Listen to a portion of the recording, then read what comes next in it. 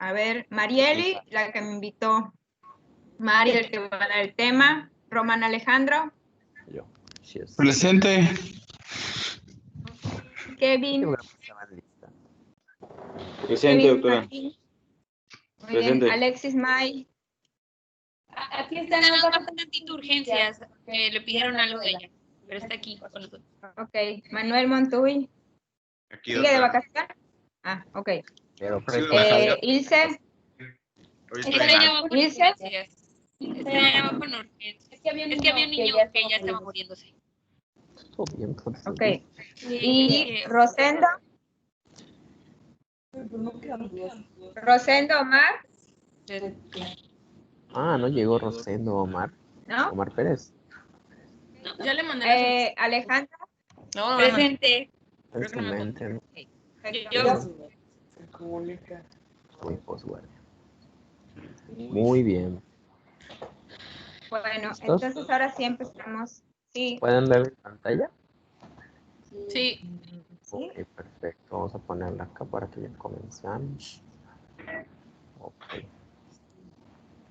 Tarán. Muy bien. Entonces vamos a hablar hoy del tema de bronquiolitis. Primero básicamente vamos a hablar de del concepto, ¿no? De esto. Tenemos entonces que la bronquiolitis, dependiendo de la referencia, ¿no? O sea, estas dos definiciones son las que más llamaron la atención sobre cómo ha cambiado el concepto sobre que es un síndrome clínico de dificultad respiratoria con la no modificación de que se presenta en menores de 2 años de edad, con el antecedente de que habitualmente se acompaña de una infección de vías aéreas superiores que posteriormente progresa en infección de vías aéreas inferiores con la característica de lesión de un proceso inflamatorio, que esto condiciona al desarrollo de sibilancias y crepitantes como manifestaciones clínicas. La guía de práctica clínica la define como una enfermedad respiratoria aguda de etiología viral que afecta a la vía aérea pequeña, en particular a los bronquiolos, esto condicionando un fenómeno patológico que condiciona inflamación, edema y necrosis de las células que condicionan la producción de moco y broncoespasmo. Recordar que la producción de moco es el mecanismo por el cual principalmente se lleva a cabo el mecanismo por el cual se producen las sibilancias, ¿no? Y se considera con eso el broncoespasmo. Epidemiológicamente, el 80% de los casos está causados por el virus sincicial respiratorio. Clara que no es el único agente etiológico que se presenta. Ahorita vamos a hablar de los agentes etiológicos. Antes, en referencias, pues, otras, hablaban de virus como el metaneumovirus, adenovirus, rinovirus, todos los que estaban relacionados con infecciones de la vía aérea superior como condicionantes de desarrollo de bronquiolitis en los menores de 2 años. Recordar y enfatizar que los niños menores de 2 años son los que presentan esta patología, dándose con un pico de presentación y debut entre los 3 y 6 meses.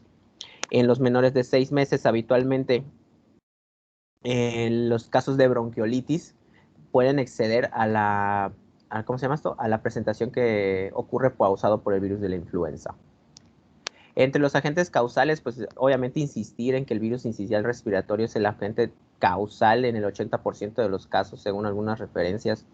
La mayoría de los virus que se encuentran relacionados, pues ahorita pues tendríamos que contemplar que los coronavirus ya van a formar parte de este proceso. En el caso de otros, como son los adenovirus de influenza y en algunas referencias el metaneumovirus humano, son agentes que en algún momento llegaron a tener predominio o rangos epidemiológicos de alta prevalencia.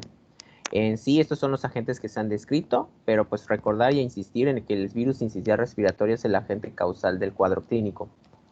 En muchos de la revisión se insistía mucho el asunto de por qué contrastarlo con las sibilancias del lactante. Como tal, las sibilancias del lactante, que es con lo que va a coincidir con el proceso de la bronquiolitis, tomar en cuenta que la sibilancia, pues que a fin de cuentas es un dato clínico, ¿no? Que nos va a dar un sonido continuo que se origina por las situaciones estrechas de la vía aérea inferior, que predominan cuando el paciente lleva a cabo un proceso de expiración y como consecuencia por los mecanismos fisiológicos como la producción de moco o la estrechez de la vía aérea, condicionan una obstrucción crítica y producen este sonido.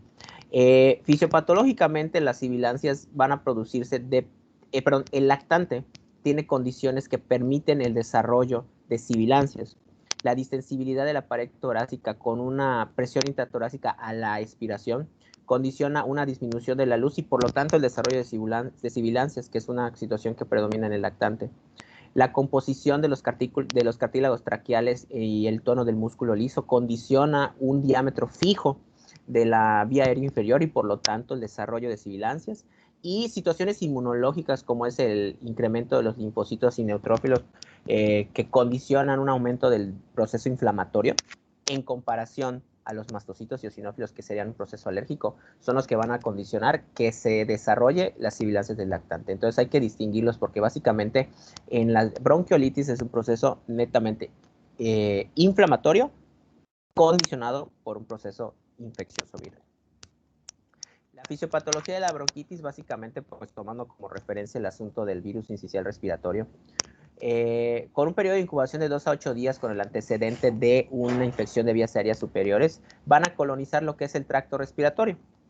Esto desencadena la acción del virus y de las proteínas de la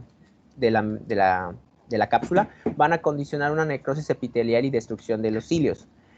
Como tal, se desencadena un fenómeno inflamatorio que va a desencadenar la infiltración de neutrófilos y linfocitos, que como parte del proceso inflamatorio habitual va a desarrollar edema de la mucosa, formación de moco y por lo tanto el atrapamiento de aire. Que a pesar de que pensamos que es el mecanismo, el atrapamiento de aire, es el mecanismo que a lo mejor condiciona como tal las sibilancias, el atrapamiento de aire básicamente es el que desencadena el proceso inflamatorio y como consecuencia disminución de la luz y como consecuencia, ¿cómo se llama esto? El desarrollo de las sibilancias. Otra situación que el atrapamiento de aire de secundario a la formación de moco de voz va a llevar es el colapso alveolar. Es común que en los niños con bronquiolitis se desarrollen atelectasias secundarios a que la absorción de la luz de la vía aérea inferior a la expiración se encuentre limitada. Esto desencadena que haya alteraciones de la ventilación-perfusión que hacen que el aire secuestrado dentro del alveolo en un bronquiolo tapado, hay un fenómeno de reabsorción que condiciona el colapso alveolar. Este colapso alveolar va a condicionar un fenómeno de hipoxemia que va a manifestarse con un aumento del trabajo respiratorio.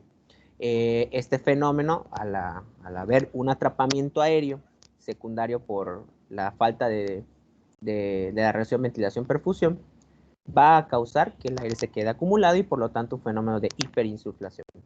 Esto, por lo tanto, con el fenómeno inflamatorio y la cadena de eventos que desencadenan esto, pues se desarrollan las sibilancias, que es la principal manifestación clínica de la entidad. La bronquiolitis como tal la podemos catalogar dependiendo, hay varias clasificaciones. En general la bronquiolitis la podemos catalogar como grave, leve o moderada, acorde a la guía de práctica clínica, la antigua de hecho. Ahorita hay una actualización del 2015 en la cual se cataloga de la misma forma, pero ahorita nos vamos a enfocar más a la gravedad y en los criterios que debemos de tomar en cuenta para ingresarlo a la terapia. Los factores de riesgo que condicionan una bronquiolitis grave o complicada, pues obviamente encontramos la prematurez, el peso bajo, una edad menor de 12 semanas, una enfermedad como crónica pulmonar como la displasia, los defectos anatómicos de la vía aérea, una enfermedad cardíaca congénita hemodinámicamente significativa, fenómenos de inmunodeficiencia que básicamente están relacionados por el desarrollo o la susceptibilidad a la infección por el virus, y factores ambientales como lo son el tabaquismo, el hacinamiento sobre todo, y la asistencia a guarderías.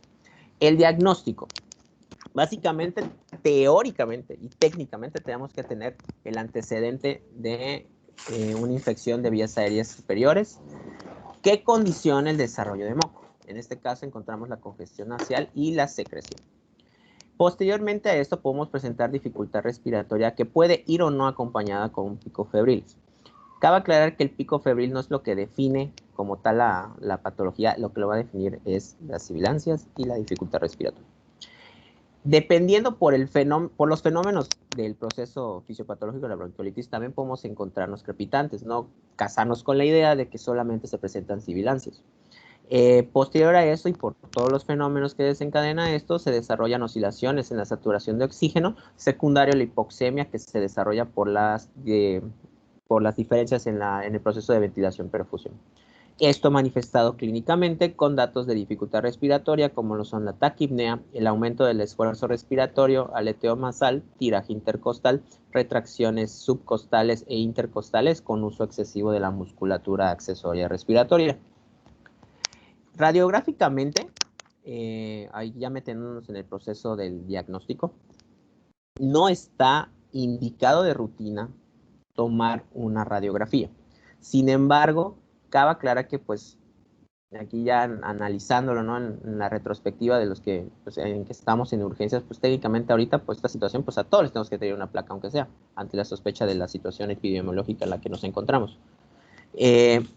Radiográficamente debo de encontrar hiperinsuflación y engrosamiento peribronquial, pero cabe aclarar que acuérdense que la hiperinsuflación también lo podemos encontrar en manifestaciones como lo es una crisis asmática, que de hecho en una crisis asmática pues no deberíamos de pedir una radiografía. Pero, ¿para qué sí nos va a servir en el caso de que la solicitemos? En la detección de las atelectasias, que habitualmente son atelectasias con un patrón parchado, en la cual se pierde el volumen del volumen pulmonar. Estos datos pueden ir acompañados de consolidaciones, pero cabe aclarar que la consolidación no es un dato radiográfico que nos lleve a orientar al desarrollo de bronquiolitis. Al contrario, nos debe hacer sospechar que tenemos un proceso agregado o equivocados en el diagnóstico de que tenemos una neumonía que se está manifestando, en este caso, con sibilancias y crepidentes. Entonces, no obstante, también tenemos que tomar en cuenta que puede ser una complicación del proceso que ya hemos descrito. Las complicaciones asociadas al desarrollo de la bronquiolitis, pues básicamente, hay que aprenderlos puesto que esto es lo que va a definir el abordaje terapéutico de la bronquiolitis. Los niños, por el aumento del patrón respiratorio, pues obviamente tienen un aumento de las pérdidas y condicionan deshidratación. Por el aumento del patrón respiratorio pueden condicionarse neumonías por aspiración o desencadenar apneas, y sobre la explicación con respecto a la insuficiencia respiratoria, y secundario el proceso infeccioso vírico que tenga un proceso bacteriano sobreagregado. En el caso de la severidad de la bronquiolitis podemos encontrar algunos criterios. Tomando en cuenta estos 4 criterios, estamos considerando que lo que no se encuentre definido por estas 4 variables sería una bronquiolitis no severa o no grave. Como datos de severidad vamos a encontrar que el esfuerzo respiratorio persistente, aumentado por lo menos en 15 minutos, con una hipoxemia definida por una saturación por debajo de 95, la presencia de apnea y datos de insuficiencia respiratoria son los que van a condicionar la severidad de la bronquiolitis. Les repito, si no cumple con estas variables, diremos que la bronquiolitis no es grave. En una revisión que hablaba, bueno, que ya luego les paso este artículo, que de hecho ya algunos deben de tener, que es sobre el asunto de la validez de la escala de gravedad de la bronquiolitis, llama la atención que la utilidad de esta escala nos define el puntaje necesario para que nosotros consideremos que una bronquiolitis se va a ingresar a la terapia. Entonces, esto nos ayuda a tener un estándar de severidad, que en el cual básicamente lo único que evalúa son la presencia de las sibilancias, las crepitantes y el esfuerzo respiratorio con respecto a la edad del paciente y su frecuencia respiratoria. Entonces, en este caso, en el caso de que tengamos un puntaje, en el caso de este estudio, defían y medían como un punto de corte, me voy a brincar un punto de corte en la escala de severidad de bronquiolitis aguda como mayor a 10. Esto condicionaba con unos buenos indicadores de sensibilidad y especificidad como un buen punto de corte para decir que el paciente podía ingresar a la UCI. En el caso de esto, te definen cómo se debe de valorar estos ítems en el caso de que te estés aplicando la escala de severidad de la bronquiolitis aguda. Te definen en el caso de las sibilancias. Hay una definición operativa, tiene que cumplir este criterio para que nosotros lo podamos incluir dentro de estas variables. Y básicamente, pues, de hecho, hasta por estudios y por curva CORT, te da un buen parámetro para considerar válido para el ingreso a la terapia. En el caso, o sea, una cosa es la severidad que nos indica el traslado del paciente a la terapia, pero otra cosa es que cuándo lo vamos a hospitalizar. Las indicaciones de hospitalización en un paciente con bronquiolitis básicamente pues es lo esencial que habitualmente manejamos, ¿no? Un paciente con apariencia tóxica, que no tolere la alimentación, que presente deshidratación y datos de dificultad respiratoria manifestados, como ya se los dije anteriormente, que presente cianosis ante la ausencia de cardiopatía congénita y una frecuencia respiratoria mayor a 70. Ya con esto técnicamente ya tenemos lo necesario para hospitalizar al paciente, si no es que para más. Entonces esto nos permite catalogarlo de una manera moderada grave, no confundirlo con los criterios de severidad de la escala de severidad de la bronquiolitis aguda. Eso nos va a dar un parámetro diferente de que nosotros tenemos que seleccionar al paciente y colocarlo en un área crítica. La presencia de apnea, hipoxemia con o sin hipercapnia y el caso de que los papás no sepan cuidar al paciente en casa.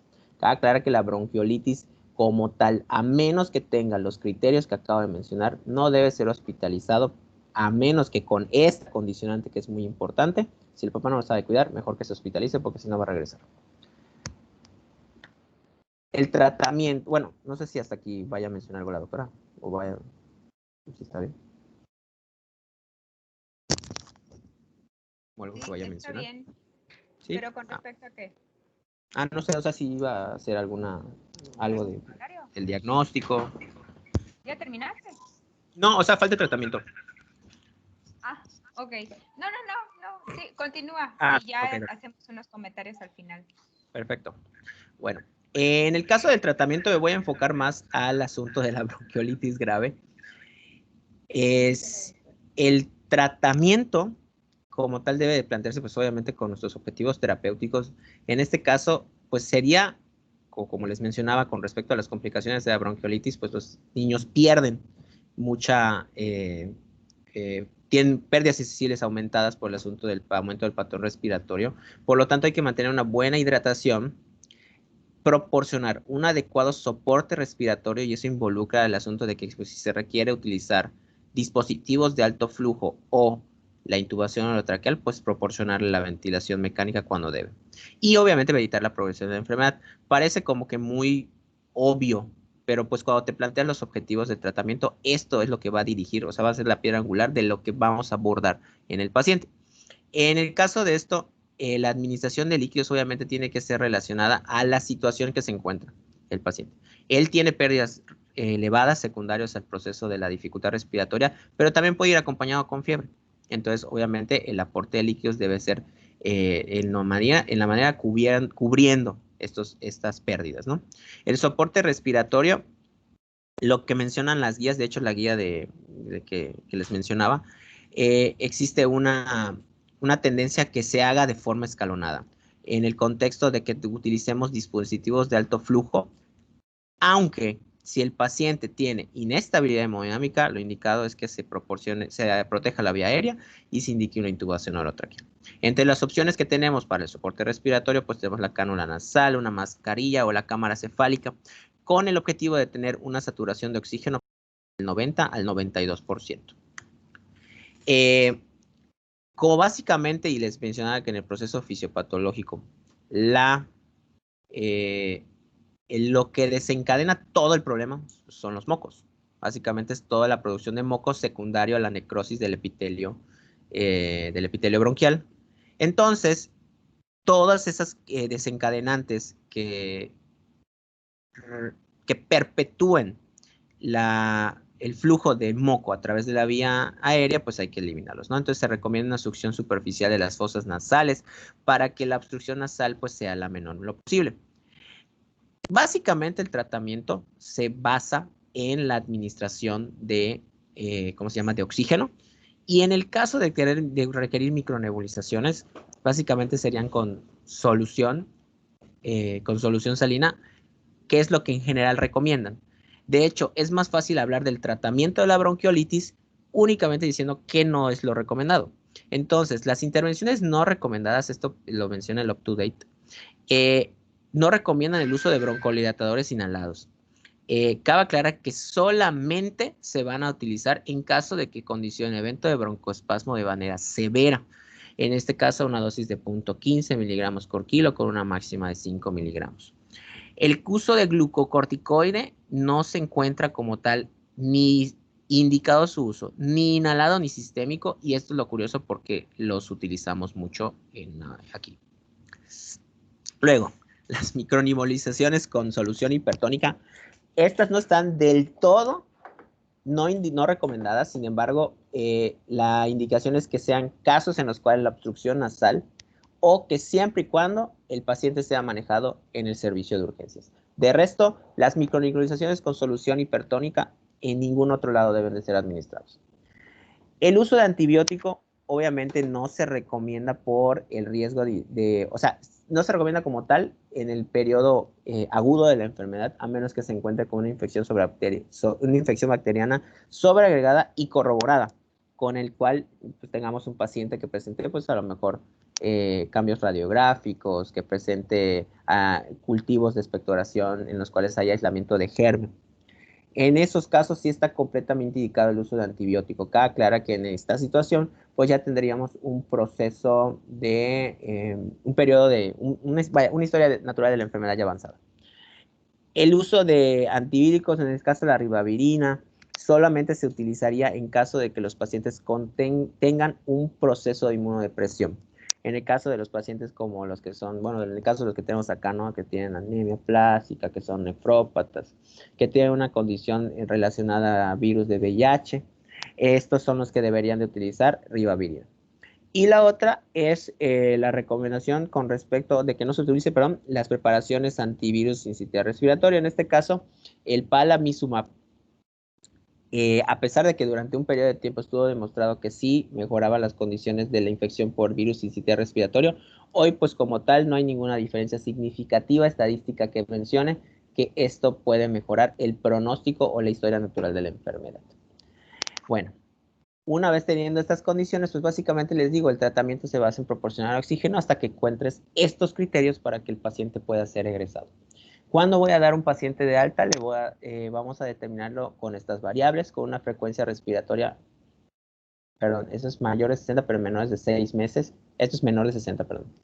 Menor de 55 de 6 a 11 meses y menor de 45 de mayores de 12 meses. Aclara que esto lo tienen que tomar con respecto a la población, ¿no? O sea, la guía de práctica clínica menciona que ahí tienen las constantes vitales como tales de la edad en nuestra población, ¿no? En el caso de que el cuidador sepa utilizar el dispositivo para despejar la vía aérea mediante succión, es un criterio para que ya podamos dar de alta al niño. Un paciente completamente estable y tolerando el área ambiental, con una adecuada ingesta a través de la vía oral y obviamente con cuidadores que pueden brindar un manejo adecuado en el lugar. Con estas situaciones, el paciente se puede ir a su casa tranquilamente. Y pues técnicamente sería eso por hoy. No sé si hay algo que agregar. Espérame. Sí, doctora. Exacto. Bueno, aquí la situación con la bronquiolitis es efectivamente qué es lo que no debemos de hacer. ¿Okay? Entonces, el diagnóstico, pues básicamente es clínico. Los estudios de extensión, si tomamos una gasometría, una placa o algo así, pues únicamente son pacientes que son graves, pero la mayoría de los pacientes que ustedes van a ver son en la consulta externa. O sea, van a llegar a su consultorio, así como llegan a CIMI, van a llegar a su consultorio. Entonces, son muy pocos los que van a llegar a hospitalización, ¿no? Entonces, el caso es de que ustedes puedan darle un tratamiento correcto, ¿de acuerdo? Entonces, ¿qué es lo que no debemos de darle? Pues no debemos de darle esteroides. Los esteroides entorpecen la evolución de los pacientes. No debemos de darle bromuro y pratropio, no lo necesitan. Sin embargo, el salbutamol, ustedes pueden hacer una prueba terapéutica. ¿Ok? O sea, no significa que el que le da salbutamol a una bronquiolitis no leyó los libros. O sea, ustedes pueden darle una prueba terapéutica y ver si mejora. Si el paciente está igual, pues no le va a funcionar, ¿no?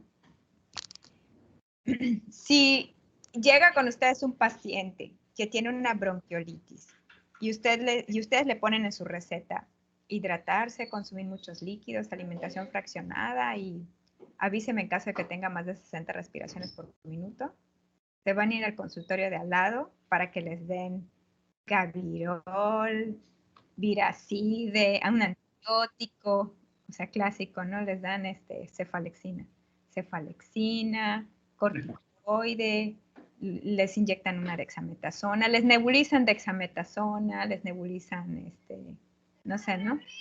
Entonces, esto pues es un comentario nada más de consultorio, ¿ok? Entonces, si ustedes saben que es una bronquiolitis, hagan una prueba terapéutica con salbutamol, ¿ok? Entonces, si el niño mejora, continúa en el tratamiento. ¿Esto por qué lo digo? Porque estamos en un contexto en el cual somos el número 1 en asma a nivel del país, ¿ok? Entonces, esto significa que tenemos una prevalencia del 12%. Entonces, muchos niños tienen antecedentes de atopia familiar y de atopia personal, ¿no?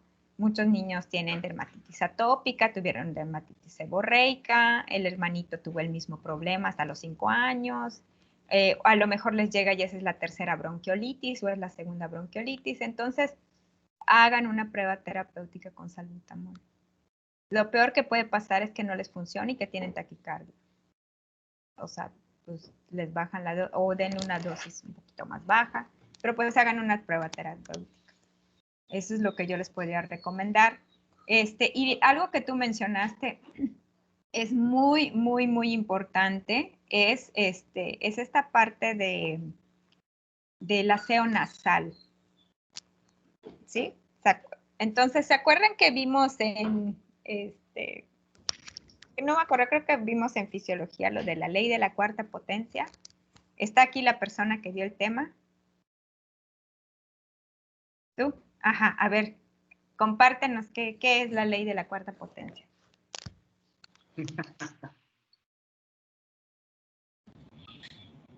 ¿Ya? ¿Te escucha? Sí, te escuchamos. Ok. La ley de la cuarta potencia tiene que ver con el diámetro de la vía aérea del niño, que al ser más pequeño ejerce más presión, si no estoy mal, y la producción de moco, o sea, la producción el que sea más pequeño va a influir que ese moco va a tapar más rápido la vía aérea, pero por el diámetro de la vía aérea que tiene el niño. Si no estoy mal, más o menos, creo. Más o menos. Estoy perdida. Sí, ¿no? es que era, Sí. ¿Quién está Sí, es hablando? por el diámetro. es que es básicamente de que la distensibilidad de la vía aérea va a ser inversamente proporcional a la cuarta potencia del radio de la vía aérea. A eso se refiere. Entonces, el punto aquí es la resistencia, ¿ok? Resistencia es contraria a distensibilidad. Es como un globo, ¿no? Un globo que no ha sido inflado. Tiene más resistencia, ¿no? Tienes que elongarlo, agarrar mucho aire porque tiene más resistencia. ¿Okay? Entonces la resistencia te lo va a dar el tamaño de la vía aérea y pues si hay viscosidad, si hay mocos, entonces hay una resistencia. Este es el equivalente, yo les digo a las mamás, a que tú tengas una manguera, la manguera de tu jardín, ¿ok? Y está acodada en 2 lugares. Si está acodada en 2 lugares no va a salir el agua, ¿no? Hay 2 sitios de obstrucción, ¿no? ¿Sí o no? Bueno, entonces lo mismo pasa con nuestro sistema respiratorio. Si tiene una bronquiolitis, tiene un chorro de sitios de obstrucción y si tiene también tapada la nariz, es otro sitio de obstrucción. La ley de la cuarta potencia tiene que ver con el diámetro, ¿ok? 1 centímetro de diámetro o 1 milímetro de diámetro que se reduce por edema, por obstrucción o por lo que sea, incrementa 4 veces la resistencia, ¿ok? Entonces, ese es el problema, el diámetro. No es lo mismo tener una reducción de 1 milímetro en una vía aérea de 6 que tener una reducción de 1 milímetro en una vía aérea de 3. Entonces, la reducción es superior, o sea, se eleva potencialmente, ¿no? Entonces, este punto es importante porque, como dijo bien su compañero, Mario, que los bronquiolos son lugares muy delgados, entonces tantito moco que tengan o edema generan un incremento muy importante de la dificultad respiratoria porque se incrementa la resistencia de la vía aérea, ¿ok? Eso es a nivel pequeñito en los bronquiolos, ¿ok? Pero si tenemos una obstrucción central, por ejemplo, piensen en un croup, ¿no? ¿Por qué tienen tanta dificultad respiratoria si solamente tienen obstruido la tráquea? Porque la vía aérea central, ¿no? O sea, no pueden respirar los bronquiolos. Pero ¿saben algo? Esto también pasa con los niños que tienen tapada la nariz. Sobre todo cuando son respiradores nasales obligados, que son los niños menores de 4 meses. Entonces, parece absurdo, pero esta parte de destaparles la nariz es muy importante. Muy importante. Y eso es algo que nadie toma en cuenta. Tú les recetas siempre, tiene mocos. ¿Qué le dan para los mocos? Clorfeniramina, amantadina y paracetamol. Pero nadie le destapa los mocos. ¿Me explico? Y la clorfeniramina no va a quitarle los mocos, los va a espesar. Por eso parece que tienen menos moco. Pero en los niños que son pequeñitos, esto empeora la situación. Sobre todo porque la fisiopatología de la bronquiolitis genera unos mocos muy espesos y chiclosos y difíciles de poder sacar. Entonces, aquí la situación es que tienen que destaparle la nariz. Si no tiene mucho moco, le pueden poner cualquiera de las preparaciones comerciales de solución salina. Y si no, pueden utilizar solución salina en una jeringa. ¿Ok? Y destaparle la nariz. Nada más que no se ahoguen. Que no se lo pongan así acostados para que se ahoguen. Entonces tienen que estar semisentados hacia adelante o de lado. Y 3 mililitros de solución salina. Entra de un lado y ahí dónde se va. Al otro lado. El otro. O si estuvieran acostados, pues se le va a la garganta, ¿no?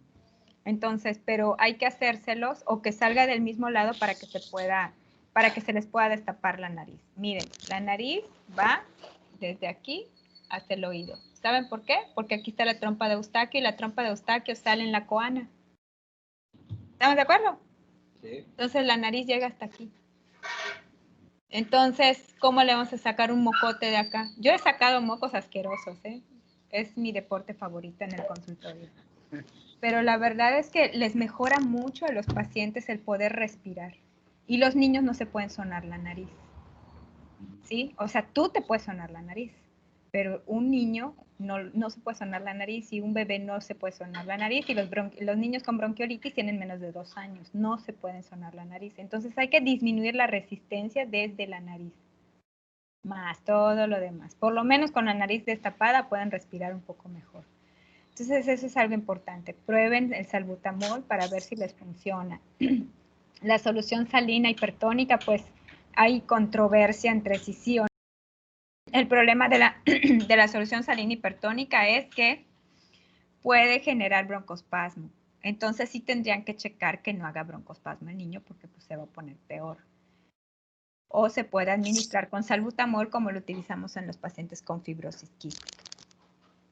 ¿Ok? Y ¿qué otra cosa les iba a decir? Ah, sí. ¿Y la fisioterapia respiratoria, Mario? ¿Qué leíste? No te escuchamos. No tienes No audio. mencionaba mucho la guía que le había revisado, pero sí está recomendada. No, pero es más como terapia vibratoria pulmonar, así lo definen. No tanto como fisioterapia pulmonar, sino como terapia vibratoria pulmonar por medio de, bueno, mencionaban mucho sobre el asunto de la palmopercusión, el uso de cepillos, y básicamente eso para la movilización del moco. Pero en sí como que pues, no profundizan. ¿Eso es lo que encontraste en tu pues revisión? los pocos que encontré de eso.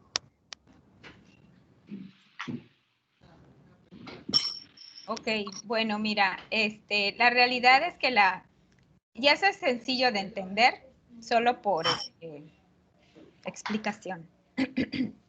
Ok, ¿cuál es la fisiopatología? ¿Cuál es el problema principal de la bronquiolitis? La inflamación de la vía aérea inferior. Ok, y produce Moco.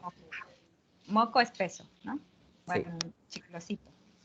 ¿Por qué? Porque está así como medio deshidratado. Bueno, no es que esté deshidratado, sino porque hay una esfacelación del epitelio. Entonces, esa esfacelación del epitelio con la producción de moco genera un moco difícil de sacar, ¿ok? Entonces, el punto es que cuando tú das terapia vibratoria o terapia de percusión, se desprende todo el moco. De todos los bronquiolos, está en la luz, no se puede propulsar. Hay una esfacelación, lo acabo de decir, hay una necrosis y esfacelación del epitelio bronquiolar y si se esfacela el epitelio, entonces, ¿dónde están los cilios? ¿Dónde están los qué? Los cilios. ¿Dónde están los cilios? En el epitelio respiratorio. O sea, Pero el ya epitelio bronquial. claro, pero Ya se desprende. desprendió, pues no hay. Entonces, ¿cuál es el problema? Eso es lo que yo he visto. Hay un incremento de la dificultad respiratoria. Porque no puedes sacar el moco. O sea, Sí. nada más es por lógica. Y se ponen súper mal. Cuando le dices, le voy a dar una buena fisioterapia para que saque el moco, ¿qué es lo que está en el imprinting de nuestra mente? Mocos, terapia respiratoria, ¿no? Entonces, esos niños que se les da terapia respiratoria se van a empeorar. O sea, pero estamos hablando de bronquiolitis, ¿ok? Estamos hablando de la fisiopatología de la enfermedad. Los pacientes con bronquiolitis no les den terapia. En el momento agudo, no les den terapia, se van a empeorar. Los pacientes asmáticos en el momento del broncoespasmo, por vida de Dios, no les den terapia, se van a empeorar. O sea, todo paciente que tiene un problema en ese nivel bronquiolar, o sea, de los más pequeñitos, si les dan terapia se van a empeorar transitoriamente. Sí se van a mejorar, pero se la van a pasar muy mal y van a necesitar oxígeno. Entonces, nada más no les den terapia en el momento agudo, no es el momento. Cuando están en el momento así terrible de más sibilancias, no, sibilancias es igual a no le den terapia, ¿ok? No le den terapia, no está indicado. En el momento de las sibilancias, darles terapia. Entonces, y eso de hecho, es más, te lo voy a leer, a lo mejor ese fue el que tú leíste. Bueno, hay dos guías que son de la Sociedad Española de Pediatría, que es de 2017, dice, las técnicas de vibración y percusión no disminuyen la duración de la estancia intrahospitalaria ni la necesidad de oxígeno y tampoco mejora la puntuación clínica de severidad en los niños con bronquiolitis aguda. En los estudios revisados no se incluyeron pacientes con ventilación mecánica ni comorbilidades. La única razón por la cual podríamos dar terapia es cuando tienen otra cosa, tienen una traqueomalacia, son niños que tienen discinesia ciliar, o sea, que tienen otras enfermedades pulmonares que pudieran necesitar terapia de algún tipo. Pero paciente normal que llega a tu consultorio, no le digas, dale sus golpecitos para sacar las flemas, que es lo clásico que todos decimos como pediatras, ¿ok? Paciente con sibilancias, no le des terapia respiratoria. Nebulízalo si quieres con solución salina hipertónica, nebulízala con solución salina normal, ponle un poquito de salbutamol para que no te haga broncoespasmo. Alimentación fraccionada para que no se vaya a broncoaspirar, cítalo en 2 días, vuélvelo a citar en 2 días, vuélvelo a citar en 5 días, vuélvelo a citar en 7 días, vuélvelo a citar, o sea, velo vigilando para que no se vaya a complicar. Si quieres intentar ribavirina, si quieres intentar, o sea, hay cosas que a lo mejor no van a funcionar, ¿no? Pero yo creo que de los males el menor, si tú le quieres dar ribavirina, pero pues no ha demostrado que en estudios que si se lo estamos dando a un paciente ambulatorio mejore. El que le nebulices ribavirina no ha significado que mejore, porque hay pediatras que nebulizan ribavirina inyectable. No ha significado que mejore y también pues es un gasto para el paciente. Entonces, pues es lo que yo les recomendaría. Pues hay muchos no, porque pues no hay nada escrito, pero pues yo creo que lo único que les recomendaría es pueden nebulizarlo, pueden darle un poco de salbutamol. Es mejor que los nebulicen a que les den una aerocámara. O sea, ¿cuál es la diferencia? Pues la nebulización lleva un poquito de agua, ¿no? Entonces esa agua me puede servir para poder propulsar un poco el moco. Por eso es también, o sea, la solución hipertónica, ¿no? Entonces, más que darle una aerocámara con un spray de salbutamol. No les voy a decir, es que en el Cochrane dice que no aerocámara. No, o sea, no hay ningún estudio al respecto de bronquiolitis con respecto a las aerocámaras. Bueno, pues nada más ese es mi comentario. ¿Alguien tiene alguna duda? Les voy a mandar ahorita las preguntas de lo de la bronquiolitis y se me olvidó mandarles las otras. Se los mando mañana y pasado mañana. ¿A quién se lo manda? ¿Te lo manda a ti, Mario? Pues ya fue. ¿Cómo usted acá? Sí, bueno, te lo mando para que se lo mandes a tus compañeros y me los manden antes de las 12. Sí, claro. Bueno, ¿dudas o preguntas?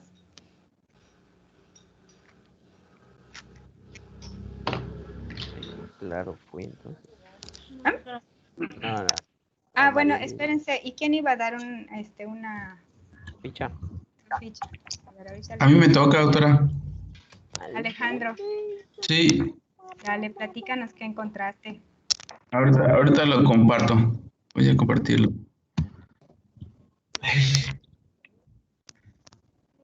Dirían en...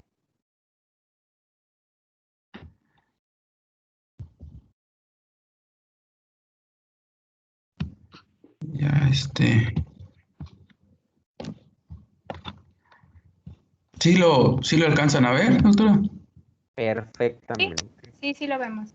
Sí, bueno, el artículo que revisé es uno de la revista mexicana de pediatría que salió publicado este año, que es de terapia de soporte en bronquiolitis aguda grave en la unidad de cuidados intensivos pediátrico.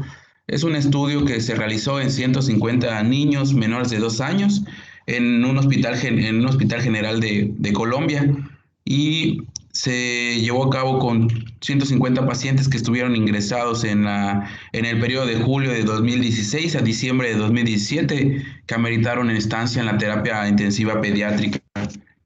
Y ellos tomaron en cuenta ciertas variables como lo son la saturación de oxígeno, el uso de soporte ventilatorio u oxígeno suplementario, factores que estuvieron asociados con la gravedad del cuadro, como son malformaciones de la vía aérea, el tipo de nutrición, la antecedente de prematurez y pacientes con enfermedad cardíaca hemodinámicamente que prestaron repercusión hemodinámica.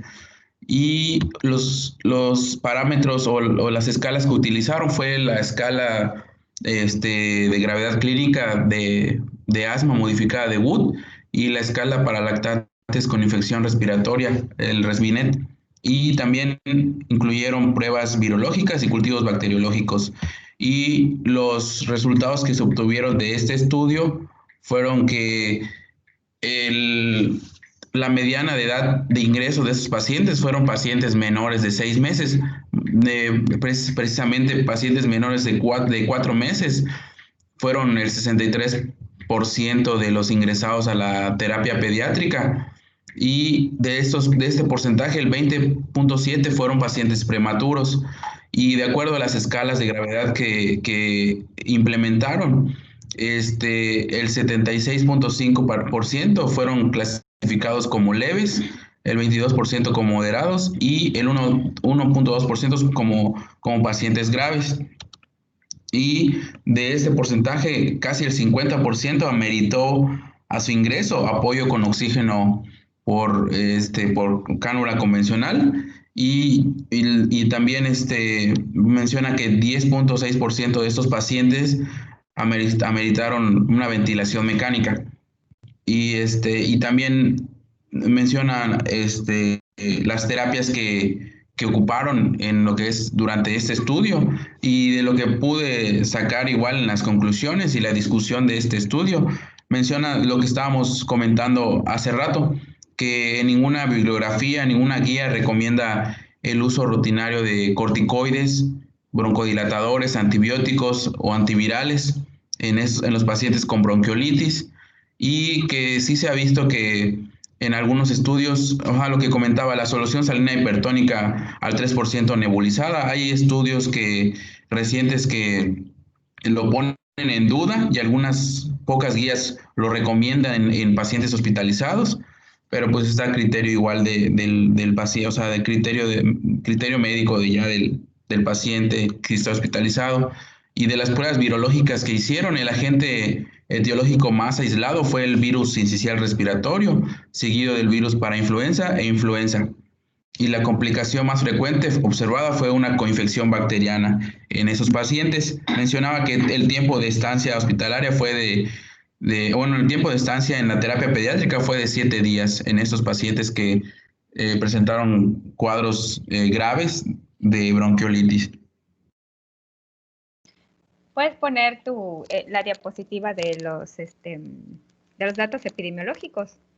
Ah, ok.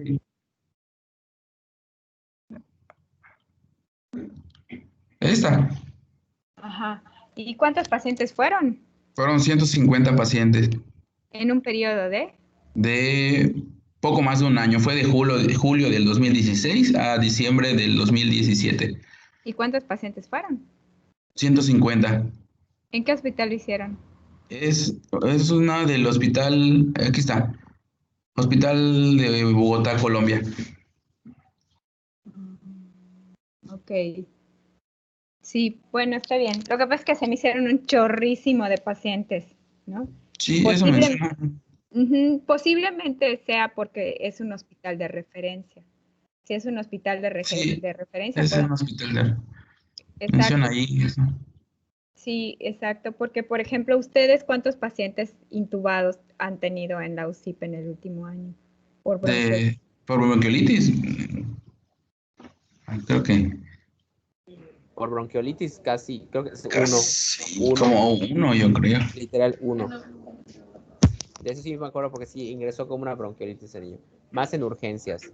Hubo uno, pero nunca Exacto, subió a la terapia. ok, ok. Exacto, Sí, o sea, como es mucho más frecuente que tengas, o sea, pacientes con bronquiolitis ambulatorios y claro. pacientes con bronquiolitis que a lo mejor tienes que hospitalizar porque necesitan oxígeno, porque no pueden respirar bien, porque no se pueden alimentar. Entonces los hospitalizas a piso, ¿no? A lo mejor pueden tener un poquito más en piso, pero es infrecuente que tengan que estar o sea, en terapia intensiva, ¿no? Entonces, por eso sí se me hizo como que eran demasiados pacientes. Sí, porque Pero, mencioné que era un hospital de referencia. ujú, exactamente, sí, a lo mejor si es un hospital de referencia de una gran área de Colombia, pues por eso tienen un chorro de pacientes, ¿no? Entonces, pero pues es interesante ver cómo la minoría se necesita intubación y la mayoría pues se solucionó con cámara cefálica, ¿no? Que son la mayoría de los pacientes con bronquiolitis, ¿no? Pero pues sí, pues es interesante, ¿no? Como ellos también llegaron a las mismas conclusiones, no antibióticos, no esto, no Sí, lo no otro. antibióticos y no utilizar esteroides. Los antivirales no demostraron algún efecto significativo. Sí, es lo que comentaba, estaba bastante bien en las conclusiones. Así es, sí. Pues seguimos entonces en la misma tónica, ¿no? O sea, no, pues no hay nada específico para bronquiolitis más que evitar que se compliquen, pero pues se pueden hacer algunos intentos terapéuticos, ¿no? Y hay algunos que son peores, ¿no? O sea, por ejemplo, dar esteroides va a empeorar la evolución y y también el dar fisioterapia puede empeorar la evolución. Entonces, pues tener cuidado con lo que le recetamos a los pacientes. Una de las cosas también es de que, aparte de que la coinfección bacteriana es una complicación también es la telectasia, precisamente por este moco que estamos hablando, que es más como espeso, ¿no? Entonces, pueden ver ustedes en una radiografía de tórax una telectasia en un paciente con bronquiolitis y eso no significa que tenga una neumonía. O sea, Ok. pueden tener atelectasia y eso es importante tomarlo en cuenta. Si mi paciente con bronquiolitis de repente se empeoró, claro, hay que tomarle una placa de tórax y entonces evaluar si hizo una neumonía o si tiene una telectasia. Eso también lo presentan los pacientes con asma, pueden hacer una telectasia por lo mismo del moco. Bueno, pues muy bien, chicos. Gracias por tu ficha bibliográfica, estuvo muy interesante, un chorro de pacientes y llegaron a las mismas conclusiones, ¿no? Sí, Y eso, ¿no? De que son pacientes que son latinos y, ¿no? Eso es importante. sí. La prematurez es lo que comentaba Mario igual. Exactamente, muy bien. Bueno, ¿dudas, preguntas? Si no, mañana les mando la No, de doctora. estadística. No. ¿Ok? Perfecto, doctora. Ok, perfecto. Bueno, chicos, hasta luego. Nos vemos entonces. Gracias. Les pido un Hasta luego, favor, doctora. que me